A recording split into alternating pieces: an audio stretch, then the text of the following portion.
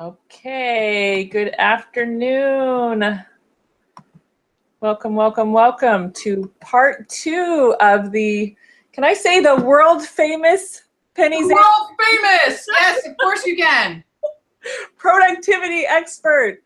So I'm so excited that you have again given us some great content last week, and today is our open office hours. So we are inviting you to join us via video, and I just put the link in the chat room. So you should be able to click on that directly to join us, or if you go into the chat room and say hello, you can request to be a presenter or a speaker, and then that should get you in. So today is all about you, all about your questions, all about helping move you forward in your business. And Penny is contributing her time to be able to do that. So again, just go ahead and, you know what's really weird is this is saying not live, but it's saying live. I see live on my side. You do? Okay. Yes. I have a little red dot live. that's saying not live. Okay, so if somebody can say hi in the chat room, because I do see 3 people, attendees. Yeah, that's really weird because it's saying, if I click on the room, can you click on the room, Penny? Uh-huh. It says not live. Do you see that? Oh, yeah, I do see that. Huh. And when I click on attendees, I cannot see the attendees. Usually I can click view and I see a drop down. Can you,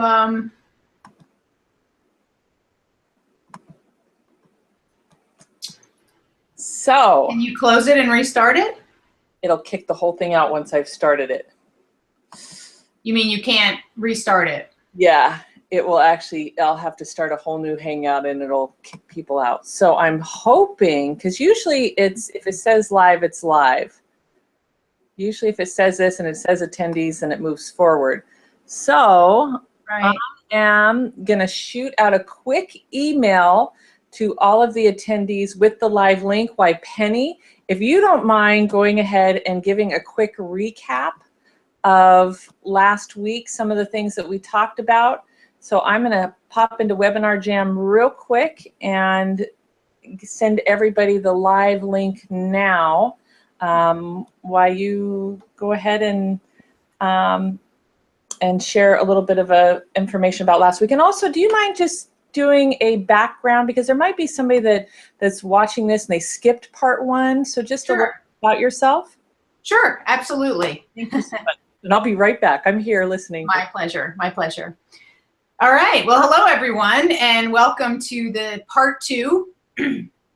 Working with me, we're talking about, in general, the 7 steps to mastering time blocking as it relates to, you know, really then turning your time efforts, time management efforts into sales, which then turns into profits, right? Because you guys are all aware of that. So, oh good, I started to see people come up. Hey.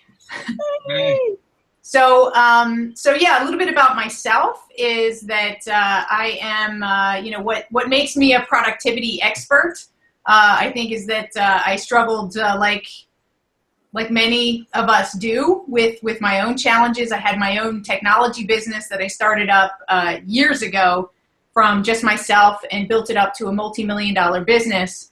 And, you know, through having my own business and wearing all those different hats and then transitioning to a larger company as we sold it, they were listed on the stock exchange.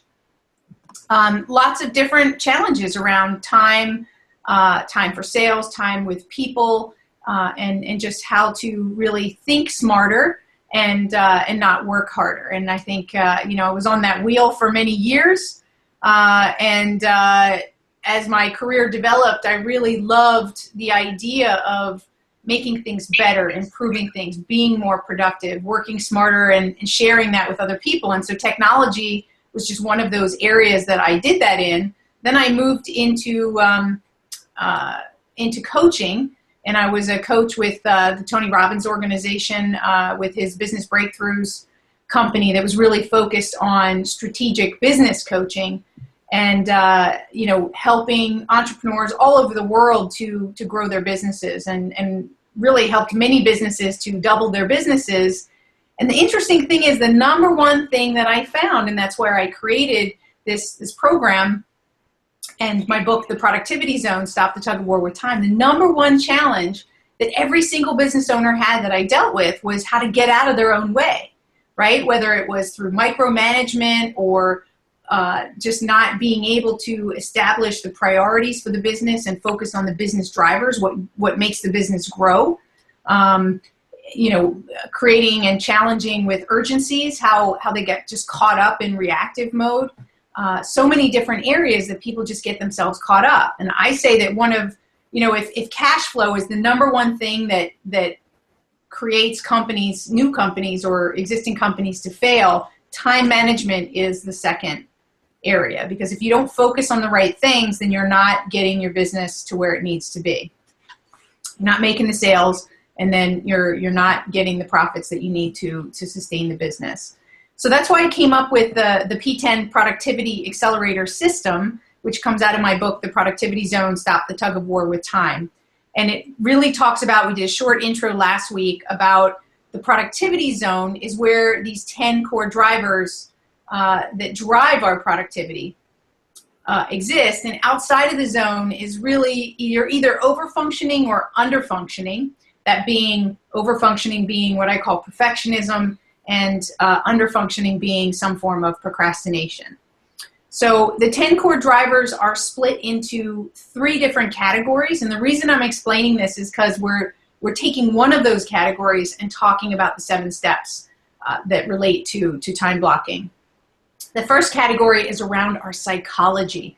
It is the most important area, and that's understanding the elements that drive our psychology so we can be in the right mindset and that we can show up right, because it's how we show up for our time that makes an even bigger impact, combined with what we do with our time. Because you can be doing the right things, but at the same time, if you show up thinking, ugh, I hate this, you might be doing the right thing, but it's going to take you way longer to get through it than if you show up with the right mindset. So the second area is winning strategies. It's understanding the strategies to put in place so that you can be smarter, so you can create leverage for yourself and really focus on what's most important to drive your business. And that's the area that we're going to be talking about with time blocking. And then lastly, the third area is sustainable results, because you don't want to just have like one blip up of success and then that's it. You want to make that sustainable. So we need to understand what are the drivers that go into sustainability. And so that's how the 10 core drivers are broken down. If you want more information about those, you can get them through my book, or you can also take an assessment that I have that gives you kind of like your productivity profile, where you are now, and then enables you on a regular basis, on a weekly basis, to come back and assess where you are every week. So what that does is it helps you to really, take a step back every week and do sort of an assessment of your thinking and acting. Are you thinking and acting in the most strategic way? That's what these 10 core drivers do, is that they keep you thinking and acting strategically so that you get your best results. And, I kind of say to people, I use the word productivity because productivity equals profits. Profits for you in every area of your business, every area of your life. So whether it's health, relationships, actual financial profits, that's really what we're looking for. So then to bring that home with a quick review of the 7 steps to mastering your time blocking is now that we say we want to think and act more strategically, well, we have to take what's important and we have to schedule it. If you want to make things happen in your business or in your life, if you don't make time for it, it's not going to happen. I was on this ESPN show for fishermen.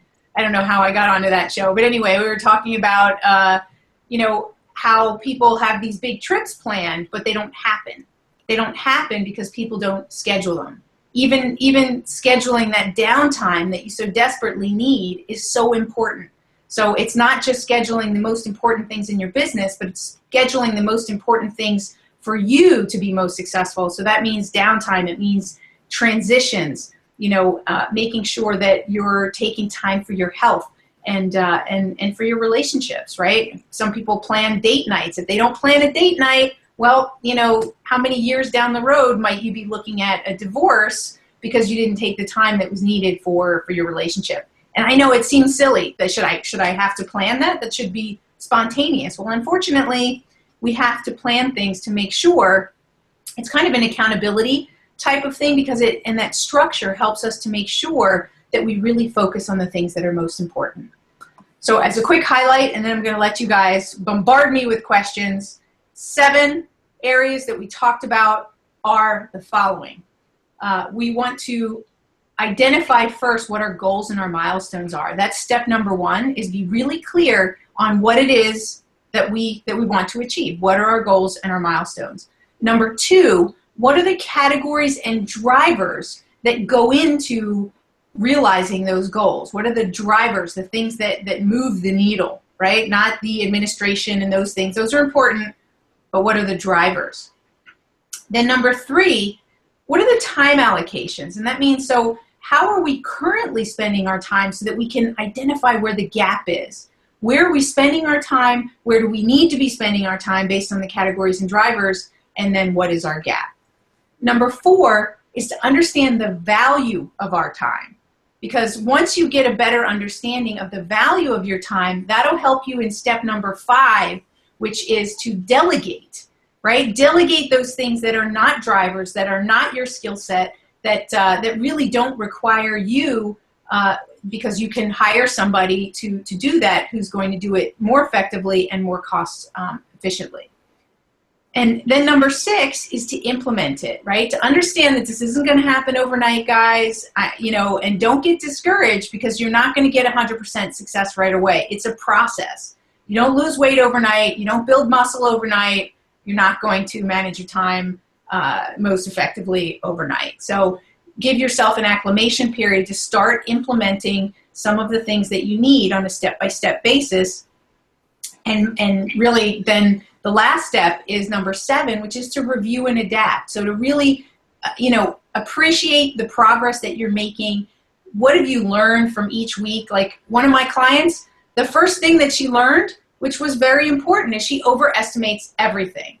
So even though she did do her time blocking, what she recognized in her first couple of weeks is that, well, she underestimated the time that it took to do something. So therefore, her calendar exploded and she couldn't do what she needed to do in the day because she realized she only gave herself an hour and it really took 90 minutes or 2 hours. So then she was able to break down those blocks into smaller pieces so that she could better and more effectively plan those things that needed to be planned. So that's a great progress. I don't want you to feel like, if that happens to you, that might just happen at first, and that's okay. That's you recognizing, okay, I do take on too much. I underestimate the time that it takes to do things, so I have to break it down a little bit further so that I can better estimate and then get it planned more accurately. That's how you're going to get better. So those are the 7 steps. Again, goals and milestones, categories and drivers, time allocations, value your time, delegation, implementation, and review and adapt. And you do have those at businessaccelerationsummit.com/productivity. I'm putting that in the link too. So you also gave them a bonus thing that we added last minute too. That was a scheduling tool. Oh, right. So, well, that's part of the implementation and also part of time allocations. But basically what I did was I gave everybody an assignment and said, just find out what do you think is your one driver, right? That you think that's going to make the biggest difference if you were to focus on that. Maybe it's, I talked about a story about customer loyalty. Maybe it's focusing on customer loyalty. Maybe it's going after inactive clients, areas that you might not be capitalizing off of. And to just schedule that one thing, schedule one thing that's going to make a difference for you in your calendar, and then see how that showed up for you. Do you guys have any, did you take the challenge? Did you do the assignment? All right, let's see. Okay, so yay, Joanne was able to get in, and says Anderson. Let me go ahead and thank you, Penny. Let me let each one of them introduce themselves, and we'll hear about homework if they did it, and then we'll open it up for questions. Now, I believe these are both authors, so I did let them know that you are an author, and when it comes to productivity, to getting it done and speaking and all of those things, you're probably a master at some of that. I've got a few tips, I'm sure. Okay, Joanna, do you want to introduce yourself and say hi, and we'll put you in the hot seat first? Hi. I'm glad I made it. I was having technical difficulties. Hi. So my name is Joanna Albrecht, and I've been, I guess, in the energetic self help business for about 20 years, and I wrote this book called Moving On and Letting Go: A Guide to Loving Yourself Again. Nice. And so it's currently in editing and should be out next year. I'm hoping February. And how exciting! Thank you very much. And I'm doing a video course right now to go along with the book. And so that's what I'm up to right now. And I went down to see Shannon and all these people in Florida to get a little bit of tips on how to market it and how to get everything together. So that's kind of what I'm up to right now. Great. Perfect. Did you have any questions? Now, I know that you said that you were not able to join us last week. Did you get a chance to see last week? Did you have any questions? Were you able to? Let's just open up to supporting you. Thank you. I think it's just at this point in time, it's like I've studied so much of this marketing stuff that now I have too much information and I don't even know where to start. Right. It's like there's so much, and there's funnels, and there's tours, and there's all sorts of things. So I think it's really just organizing all of the information, because there's so much of it. There's so much of it. And maybe getting someone to help me organize it all. Well, what are you organizing it for? Are you going to do all of it yourself? Well, there's only me right now. I have no team. Okay. So either getting a team to help me out, or figuring out how to do that, or it's a lot. I wrote the book. You did the hard part. You wrote the book. That is the hard part. Right? So I got the book, I'm doing the video series, and I figure, okay, if I can have that completed, then the marketing stuff will all fall together. But like I said, there's so much information on how to do it. I guess if you get overloaded with too much, it's a little overwhelming. So totally, like a step by step. Okay, do this, do that. I'm great with a structure. I just don't have any. Well, that's perfect. What you just said is you want to create yourself a structure, because there is an overload of information, not just on that topic, right? But I'm sure that anybody on this call, in some shape or form, in some area, that they're doing something and there's an overload of information. And there's a conflicting information. I'll bet you that you probably have gotten somebody saying, this is the way you do your funnels, and this is the way you do it, and this is the way you do it. Right. So the challenge is how do you go about with all of that information? And it really is important to have a structure. That's why, for instance, when we're talking about time blocking, we put it into the 7 steps to give somebody that structure to fall back on and to utilize, because otherwise you're just kind of winging it from the hip. Right. So, the first thing to identify, do you mind map at all? No. Are you familiar with mind mapping? Yes. It's another step. So, but yeah, I can see how it works, because I have a lot of, once I get going, like I have a lot of information and a lot of things going on. the yeah. The reason I like it is maybe as a suggestion, and maybe that's not it. Maybe it's stickies on your wall or something to get the main categories of what you're looking at, right? Of the stages of the funnel, for instance. You have, you know, how do you want to organize your structure so that you can see, make a decision, you know, who are you going to have help you on your team? What tools do you want to use? I would not suggest that you try to do everything yourself. That is the number one thing that every entrepreneur feels. They have no resources. There's not, you know, enough money. And so therefore they try to do everything that they don't have the skills for.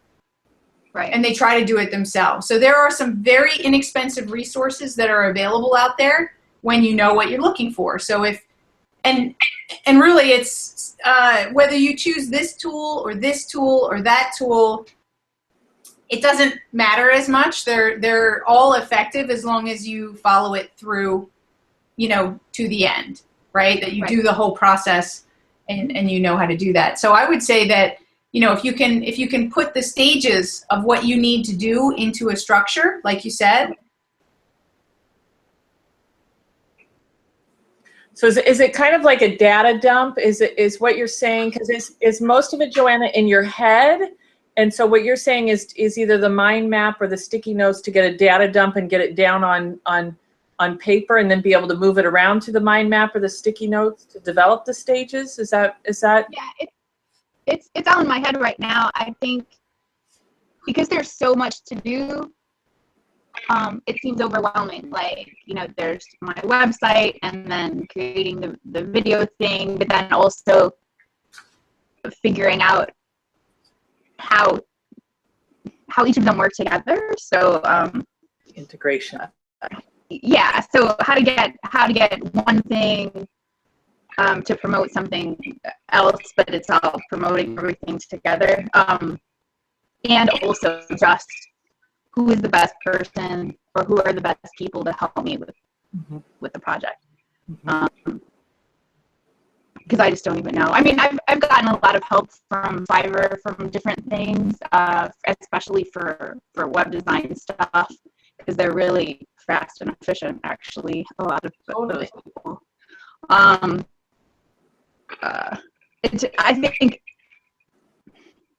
because there's so much to do, like I stopped a little bit and I was like, oh, what do I do first? And how do I, you know, yeah, what do I do? I guess the first steps. So I can make the mind map out and then figure out my first step, I guess. There's a lot of first steps for all this stuff. Like it's just a big block of stuff, if that makes any sense. Like there's just so much. So maybe if I get it into the mind map, it won't seem as much. You know what I mean? Yeah, well, like something I just drew up, right? Here's a quick mind map, right? With some of the main categories that you look at. So I'll tell you what the categories are, right? So you've got advertising, you've got messaging, you've got tools, right? What's the systems that are going to support you do all this? You've got the content that you're currently creating, right? And that's just quickly off the top of my head. There might be other categories. There's also the monitoring of that. You might have partnerships, right? There might be other aspects. So what might be of value to you is to look at, and by the way, everybody who's listening, you know, wherever you feel like there's too much, you can see that by getting an overview on one page, you can see, you know, the high level categories, and then you can identify, because there's only 6 or 7, that's not that, then you don't feel like too overwhelmed. What's the 7 major categories? And then you can go, okay, which one do I need to do first? That's going to be the highest priority.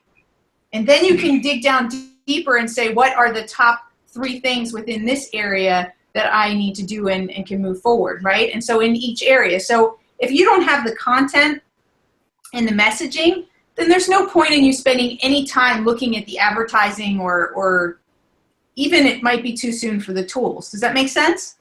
Yeah. So then you would have somebody help you with the messaging, or you focus on the messaging. And once you have that together, then you can identify, well, how much do you want to spend on the tool that's going to support you? Because you could go with something like Infusionsoft that's very expensive, and maybe that's not what you want to spend.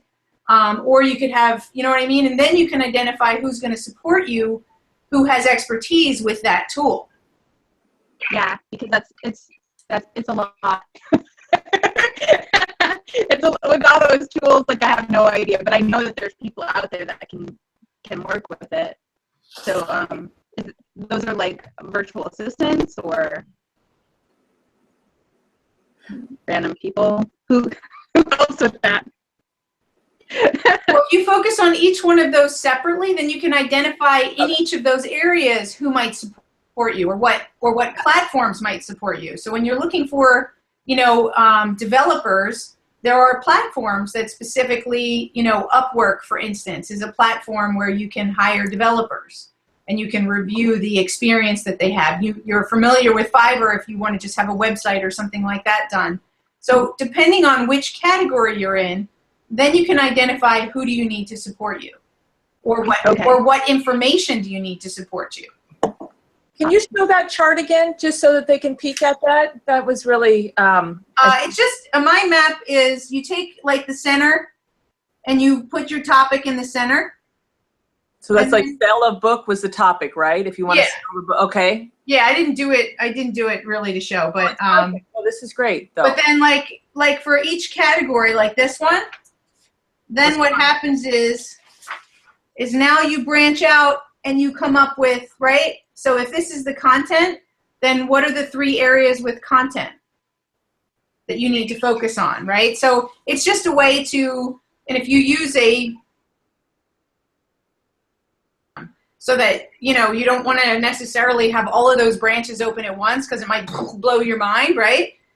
But if you open one of those branches at a time and you just focus on thinking of that, okay, what do I need to do? What are the next steps? And that's the key, is next steps. Sometimes when it's too overwhelming, that instead of thinking of all the steps that you have to do, all right, that then stops you right there. Then just think about what's the very next step that you need to take, and focus on that very next step. So when you block time in your calendar to say, okay, I'm going to spend whatever, maybe I'm going to spend, 5 hours a week working on this aspect of my content. And when you know what the very next thing is that you're going to do, then you can get specific as to what you're going to do in that time slot, instead of bogging down your brain with the 25 steps or whatever it is that you have to do, or the 100 steps. Just what's the very next thing? Yeah, and that makes me relax, like just knowing that there's one next step to do. Right. You too. Right. Thank you, Penny. Awesome. Thank you. Thank you. My pleasure. Okay, Antion, you want to say hello? Hello, how you doing? My name is Antoine Anderson. I'm also an author as well. I have a book that has actually got published last year, August the 5th. And so I'm very excited about that. Congratulations. I'm also, appreciate it. Thank you. Also, I do some speaking. I do a lot of speaking, shall I say, pretty much every week. I had the pleasure of doing a mini book tour last November and December as well. I also do some consulting work, and I go into companies and do some other stuff or whatever. But as it relates to... What's your book called? Just to give a shout out for your book. It's called Bargain Basement Jesus, The Cost of Following. It's a faith book. Okay. Relationships with Christ and relationship with God. So it's a faith book. So great. Okay, great. And as it relates to the homework last week, so I did do the time blocking, and the most important thing that I figured out is that I haven't been setting aside any intentional time for the content development.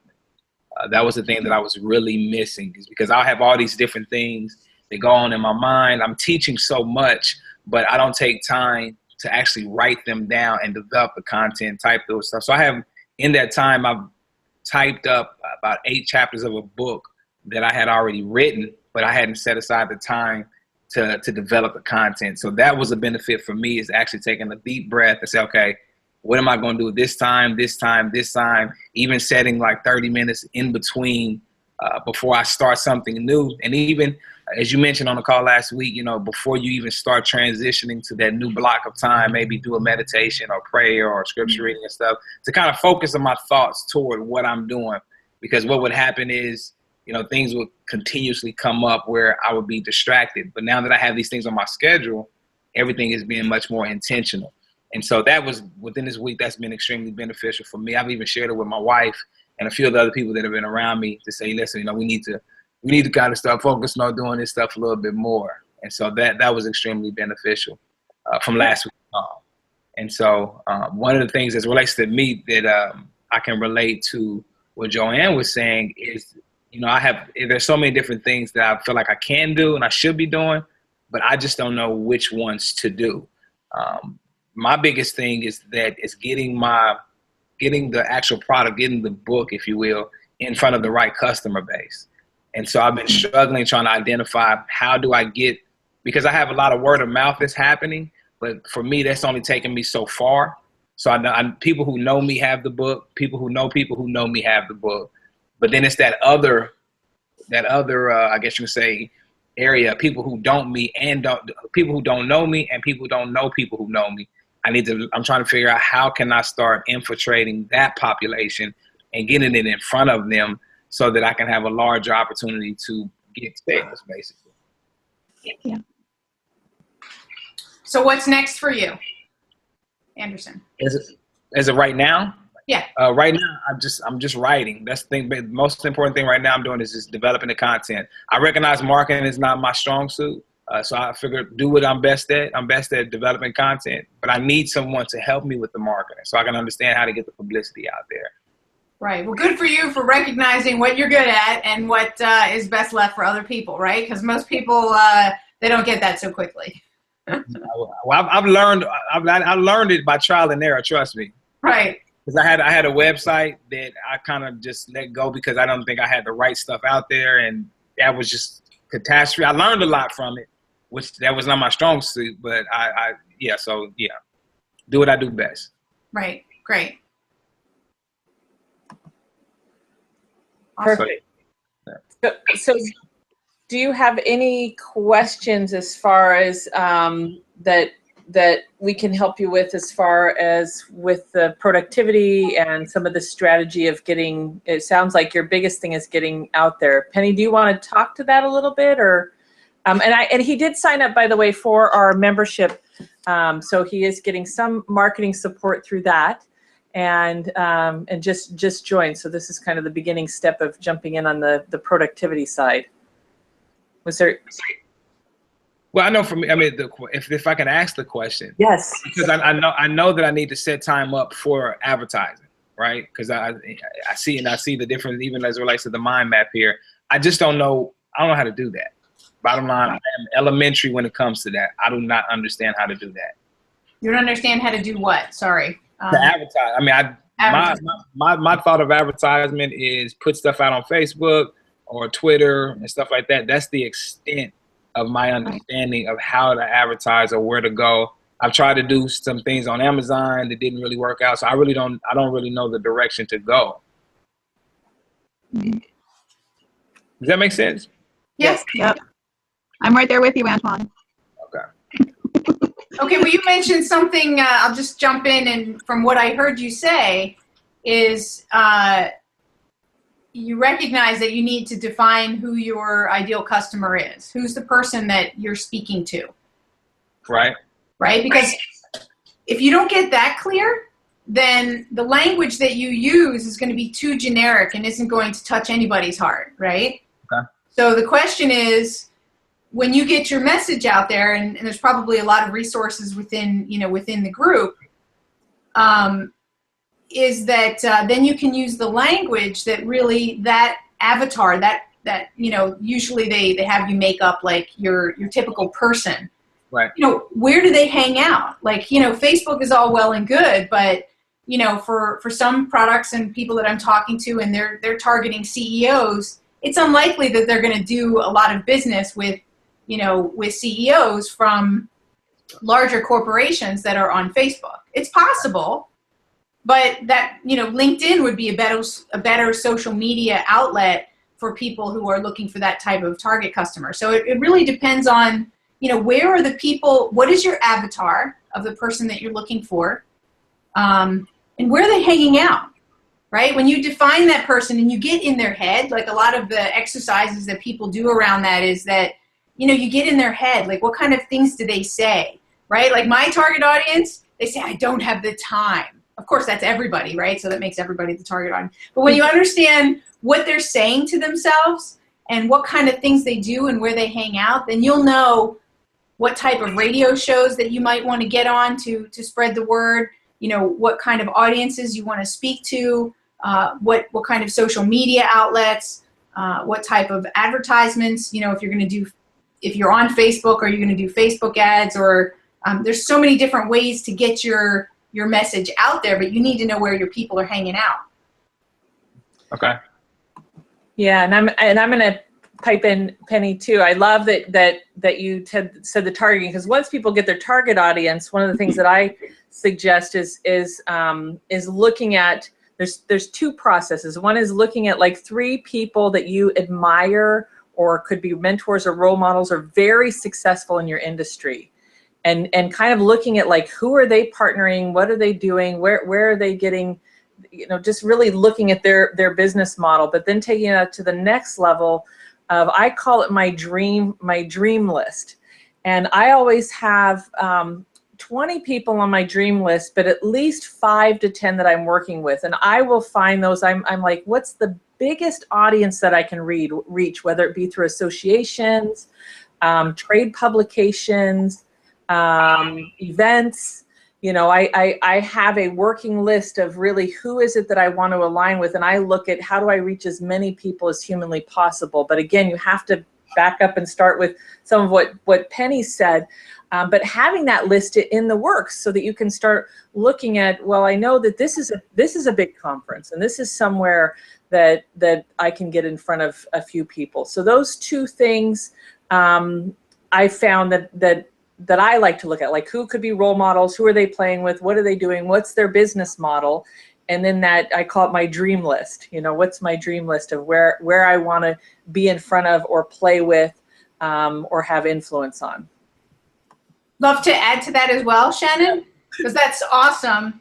And, you know, in the context of who you're, you know, modeling off of, you know, look at their language. How are they communicating? What groups are they in? If you go to LinkedIn or Facebook, or where are they hanging out? Because they probably already did all this research, and you can kind of see that, okay, your audiences are here and here. So, you know, there's a lot that role modeling and modeling off of people who are already successful in your industry is perfect.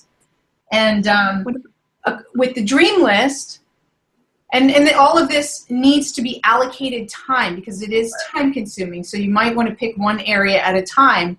With your dream list, you know, you can start interacting with those people. So if they're posting, you know, if they're tweeting, if they're doing different posts, if they have a blog, you know, start commenting on it. Start, you know, reacting and engaging in that community, because people will start to recognize you in the community as well, and they might start to recognize you. So, you know, that's also a way to capitalize off of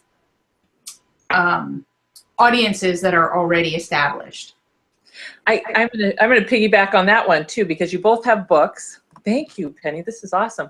Ernest, too, who's one of our mentors and has been on Wall Street, raised millions of dollars. Well, when he did his book, I know that he got major endorsements from doing exactly what Penny said. It's like, he was like, I want Deepak Chopra, I want Barbara DeAngelis.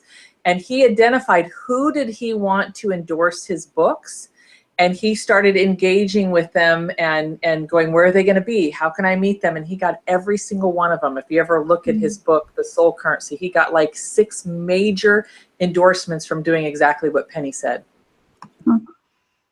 I'd say like Creflo Dollar or Joel, that guy. They're very big in that kind of community. I don't know that many, but those were just the 2 names that kept coming up. So maybe check them out. Yeah. Very good. What is your name? Is it Antoine or is it Anderson? Antoine. It's Antoine. Antoine Anderson. Yeah. Antoine Anderson. Okay. There's a couple names floating around there. All right. Okay.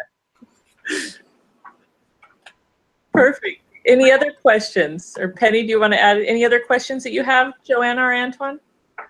I guess not. Yes and no, but I think it kind of is similar based on one of the other fields as relates to me, because public speaking is also something I'm getting into as relates to like motivational and inspirational speaking.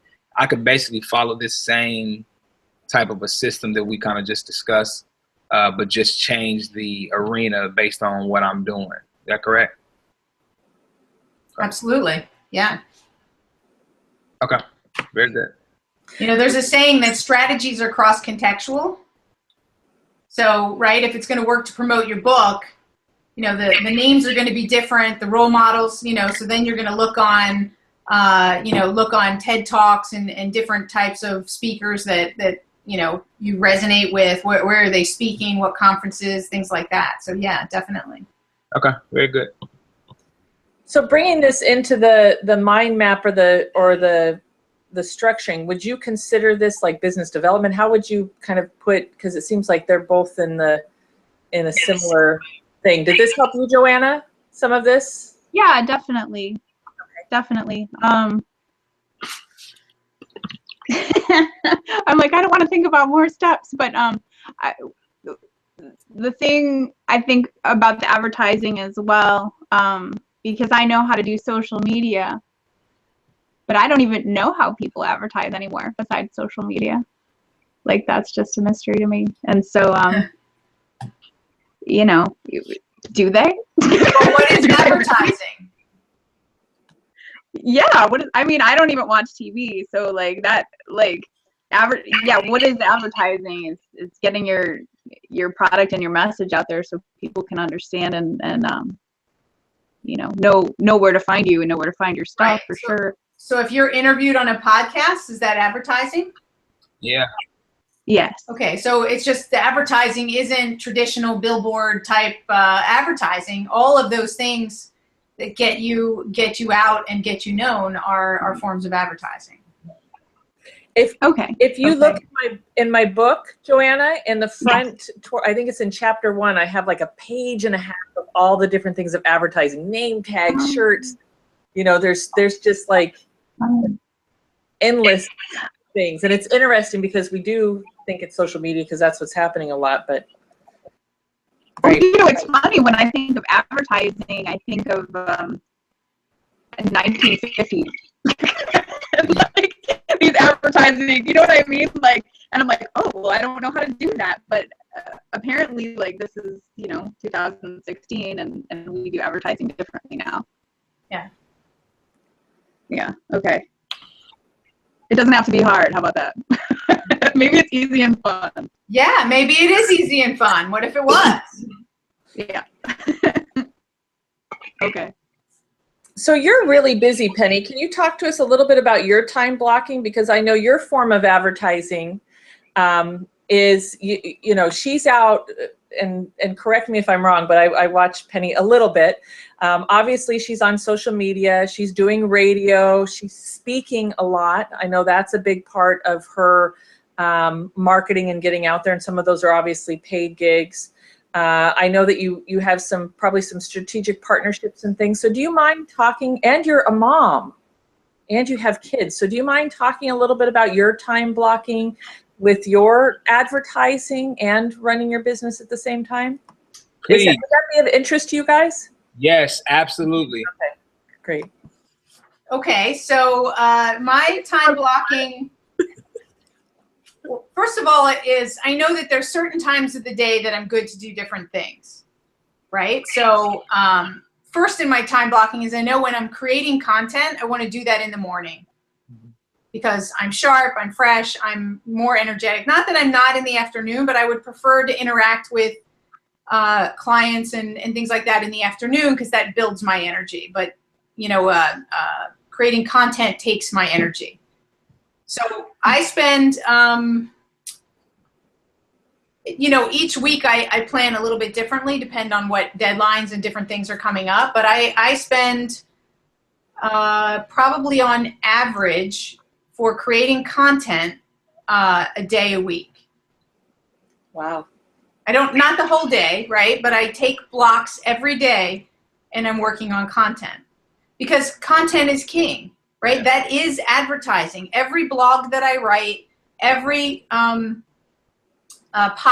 that I'm on, every post that I make. I just, before this show, I did a quick Facebook Live to talk about your inner critic and how that can boost your productivity by mastering your inner critic. So it's, you know, it's looking at what different audiences that you can build up, right? And you can, and it's a long-term strategic effort. So I try to balance things that are low-hanging fruit. Where can I produce results today? And what is long-term strategic? And that's why I talk about balancing the important versus the urgent. The important is those long-term strategic things. And if you don't dedicate time to those every day, then they don't happen. And then you're running short-term to short-term. How do I, you know, close my next speaking gig or my next client or whatever it is? So, I go through the process of the categories and drivers. Go ahead. So is long-term strategic to you is content, correct? I want to, yes, okay. Yes, it is content because I'm building the following. Yes, okay. Right? So I created an authority website, and I do it with a partner, with Ken Courtwright, who you know, Shannon. His company's called Income Store, and they are experts at creating authority websites. So I do the content, but they do all the SEO work, and it's not for everybody because it's a longer term and a bigger strategy. But it's a place where in 2 years' time, I just started it. It's been going for about 6 months. So in another year and a half, right, I'm looking to generate 25,000 people plus a month coming to my site. I'm going to be offering my programs as well as other people's programs because it's not a site about me. It's a site about my topic. So it's called tugofwarwithtime.com. And in the first year, we do nothing but building content. We don't offer anything for sale. We just build content, right? And so that's why it's a long-term strategy. But you never know. Like my book, I've gotten a number of presentations because I wrote a book. Because I'll put it out there. I'll send it to people.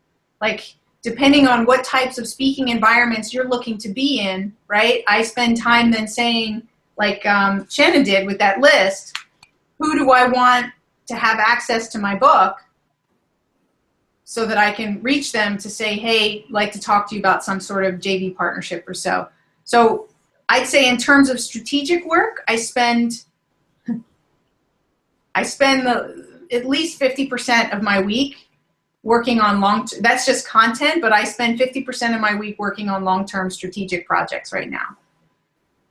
I spend about 20% of my time working with clients. What else do I have in there? And I spend probably 10% in learning, reading other people's stuff, learning something new, finding out, for myself how to do the Facebook advertising and then understanding who do I work with and that kind of thing. And so, in some ways, I'm not in that different of a position than you are, is I have a book, I'm looking to promote it, right? I'm looking for stages and so forth. So it's just breaking down that allocation. So I need a block that says looking for speaking engagements, and I'm going to focus on what campaigns and activities are going to get me speaking engagements. And I make a list or a mind map of that particular area, so speaking engagements only, and then I identify the main categories of where I'm seeking them, and I make sure that I'm hitting multiple avenues within that. Is that what you were looking for, Shannon? Yeah. And then you also have family and yes. So Well, I mean, that's the beauty of, you know, of having our own businesses, right? So I have a schedule when I work out. So I join the spin class. Before that, you know, and I work with a personal trainer. So those blocks of time are set in stone. I do not move them unless it's urgent, unless I have like a client workshop. And then if I move something, I move it. I don't delete it. I move it. A habit that I was talking to a client yesterday, he got out of the habit of scheduling his day the day before. So even though you plan out your week or you plan out your month, right? Each day before the day, at the end of today, I will look at and identify what I'm going to be focused on tomorrow, and take a look at those time blocks and make sure that I've got that organized of what I'm going to focus on. Because I talk about planning in high level, plan in terms of speaking, marketing, or you know, client search. So at a high level, and then when I get to the day, then I can identify exactly what I'm going to focus on, the exact tasks that I'm going to do. So he got away from that, and he said, you know, that's funny, you know, it's in my calendar. Last time we looked at that was 4 months ago, and he said, well, I have an alert in my calendar that alerts me, and it's in my calendar. I just ignore it every day. So the worst thing that you can do is do that, because you're training yourself to not do what you say. Yeah. Right? So if you're not going to do it, take it out of your calendar. If you are going to do it, right, then but something's come up, then move it and make sure that you fulfill it when you've moved it. So that's kind of like a rule of time blocking. And I follow that as well. You know, we do get into, you know, I get there too, where I'll ignore something, or I'll ignore it because I've got something that's higher priority, then I need to get rid of it. Then if it's not high priority, then get it out of my calendar. Makes sense. Where was I going with that? And hold yourself accountable. Find ways to hold yourself accountable. So that's what we had to do with him. He's implementing a new system that he's fallen off the wagon. So he's got to, you know, that's where having some kind of coaching, accountability partner, or it comes in handy, because he's got to report to me every day for me to see that he's done his summaries, to send me a picture of it. It's annoying for him, right? But it makes him think about it, and he's going to get results because we're doing it every day. At first, this is what you want to watch out for yourself. His inner critic said to me, let's do that once a month. I'll send you the summary of once a month. I said, are you kidding me? What's any different than now? You're not going to do it. He said, okay, let's do it every 2 weeks. And I said, so then you'll have a bad 2 weeks. I said, but that's 2 weeks gone by that you didn't do what you said you were going to do. I said, why don't we do it every day? I said, can you make me that promise? Can you give me your word? Are you a person of integrity? He said, yes. I said, can you give me your word that you're going to every day do this, and every day? He had to look at his calendar, because now it got serious. And he's like, oh, I'll try. And I said, no try.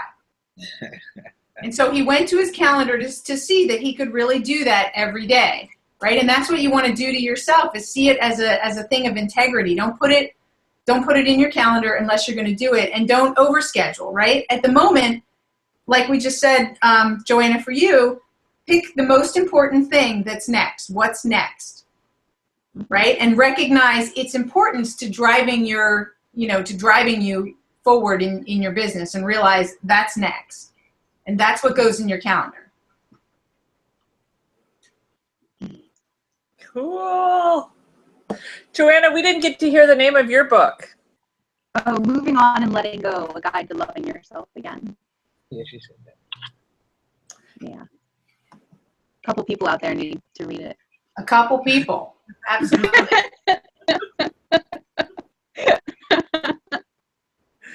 I can't wait till it's done. I'm so excited every day. So who are you targeting? People that are in relationships that aren't working for them, and they need to move on from them. But you know, I did a video yesterday, and And I talked a little bit about loneliness, and it seems that a lot of the techniques that I use for people to move on and let go are also good if they're in a relationship and not feeling happy, or they're feeling lonely in the midst of a relationship, or feeling like they've lost themselves in a relationship. If they do the techniques that I supply for them, they can actually feel whole and complete and connected to their divinity again.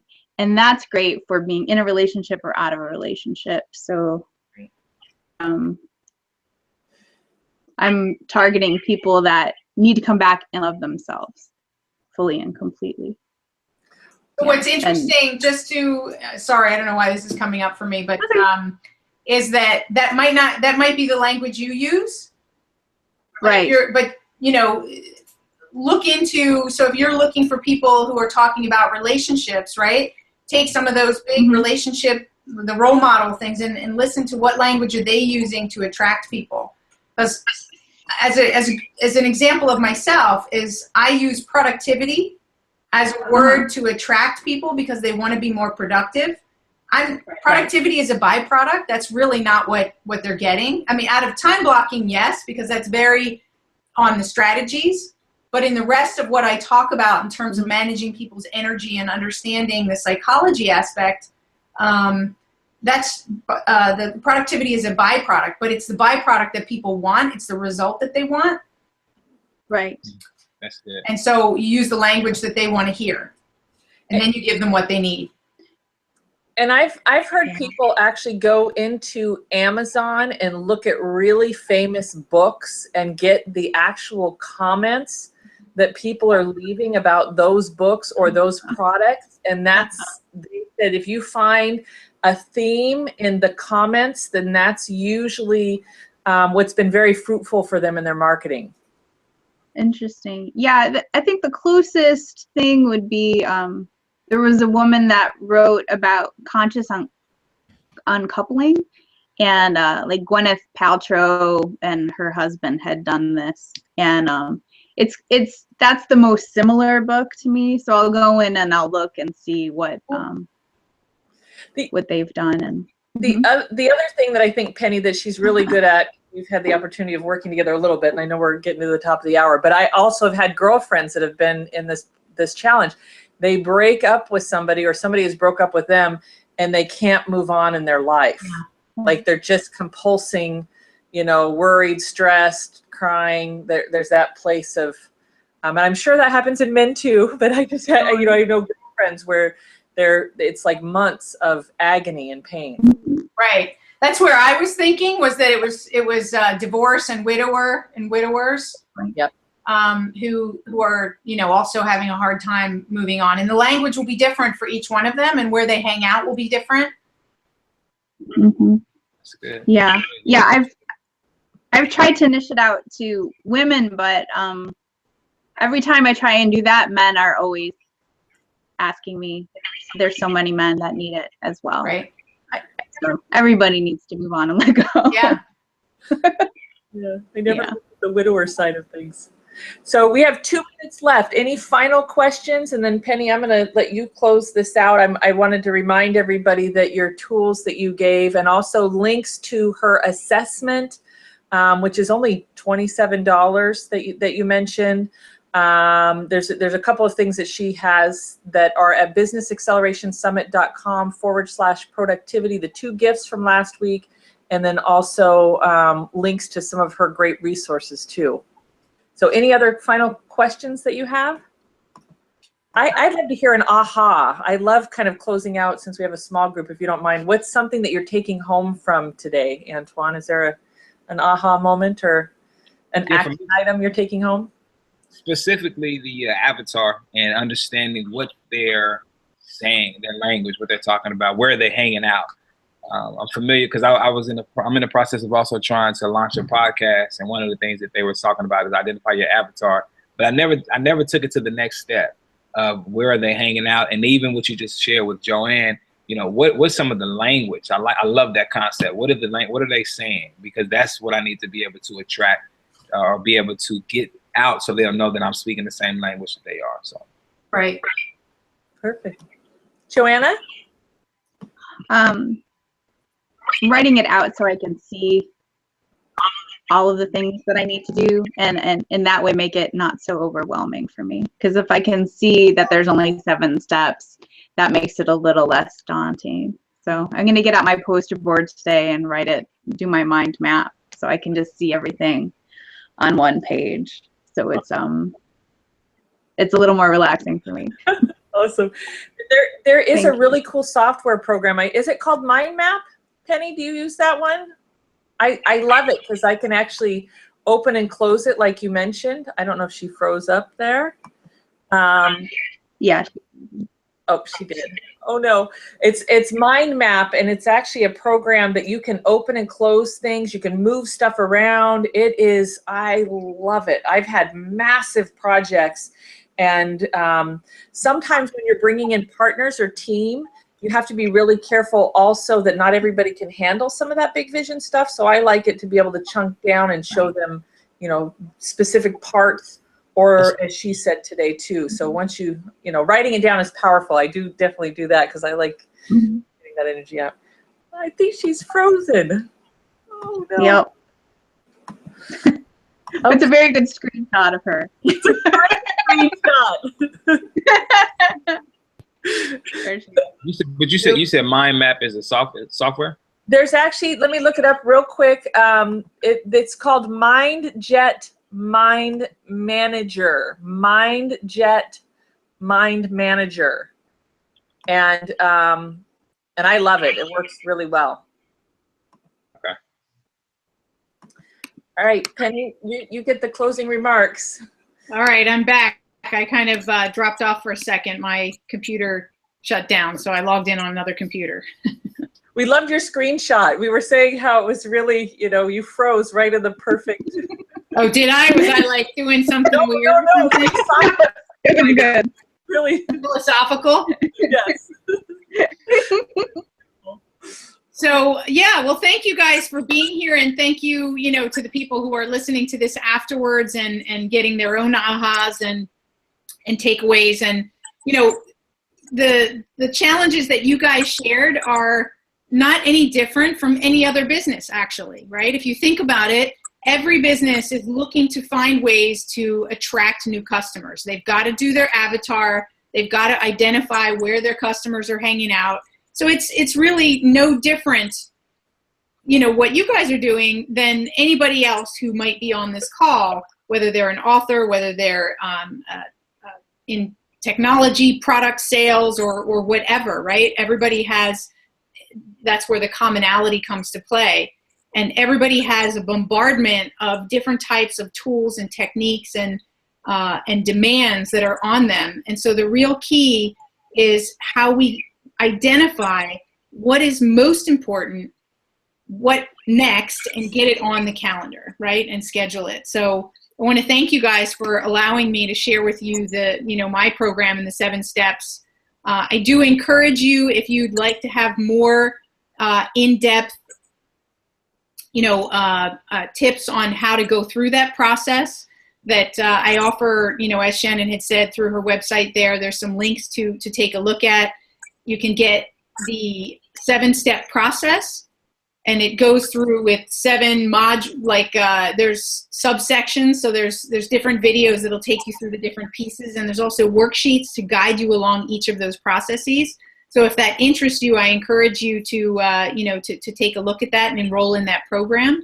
There's also a program that includes the assessment, and the assessment, as I said, it just keeps you thinking and acting more strategically. It keeps us out of that overwhelm, enables us to take a step back and get some perspective and do some planning and get some thinking time. And that kind of gives us a structure to fall back on to do that. So, as Shannon said, it's $27 to take it once and find out your strengths and weaknesses.